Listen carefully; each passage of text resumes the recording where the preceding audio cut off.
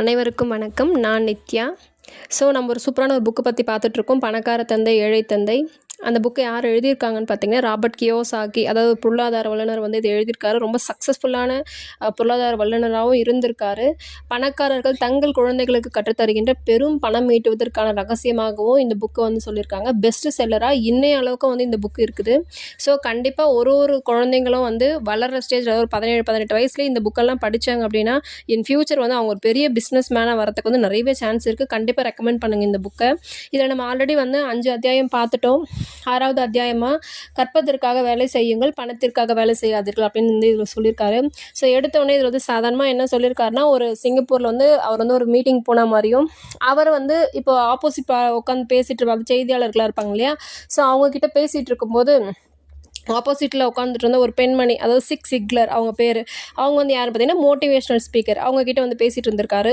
பேசிகிட்டு இருக்கும்போது வந்து நீங்கள் ரொம்ப நல்லா பண்ணுறீங்க, அதாவது நீங்கள் பேசுறது எல்லாமே ரொம்ப பிடிச்சிருக்கு, நீங்கள் நிறைய புக்கு எழுதிருக்கீங்க, அந்த புக்கும் ரொம்ப சூப்பராக இருக்குது அப்படின்னு சொல்லிட்டு பேசிட்டு இருக்கும்போது 2 பேரும் அந்த ஒரு கலந்துரையாடல் பண்ணிக்கிட்டே இருக்கும்போதுட்டு இவர் வந்து என்ன சொல்கிறாரு, நீங்கள் அவ்வளோ புக்கு எழுதிருக்கீங்க, ஆனால் வந்து எதுவுமே வந்து ரொம்ப பிரபலம் அடையலை, ஆனால் புக்கு எல்லாம் சூப்பராக இருக்குது, நான் வந்து படிச்சிருக்கேன், நானும் ஒரு எழுத்தாளர், என்னுடைய புக்கு பிரபலம் அடைஞ்ச அளவுக்கு உங்கள் புக்கு பிரபலம் அடையலை ஏன் அப்படின்னு சொல்லிட்டு கேட்டிருக்காரு.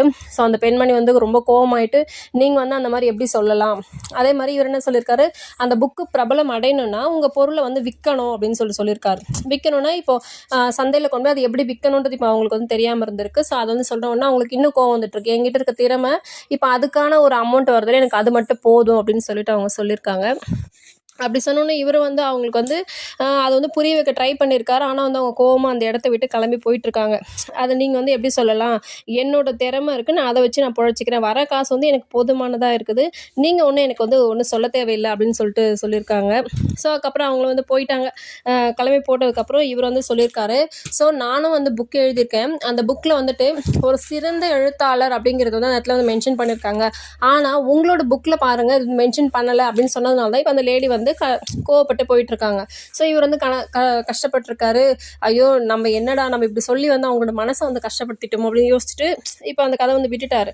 இங்கே என்ன சொல்ல வராருன்னு பார்த்தீங்கன்னா, நம்ம வந்து படிக்கிறோம் இல்லைங்களா, அந்த படிக்கிறதே வந்து நம்மளோட அசட்டை வந்து எப்படி இன்க்ரீஸ் பண்ணணுன்றதுக்கு ஏற்ற மாதிரி வந்து படிங்க அப்படின்னு சொல்லிட்டு இதில் மெயினாக வந்து இதை தான் வந்து சொல்லியிருக்காரு.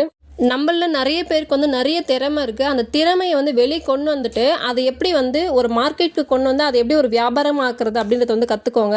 அதுக்கு ஒரு சில தன்மைகள் இருந்தால் மட்டும் போதும். அது என்ன திறமைன்னு பார்த்தீங்கன்னா பொருளாதார அறிவு அப்படிங்கிற அந்த கணக்கியல், முதலீடு, சந்தை நிலவரம், அப்புறம் சட்டத்தின் கூட்டீக்கம், இதெல்லாம் பற்றி வந்து கண்டிப்பாக தெரிஞ்சிருக்கணும் அப்படின்னு சொல்லியிருக்காங்க. அடுத்த பதிவில் நம்ம பார்க்கலாம். பாய்.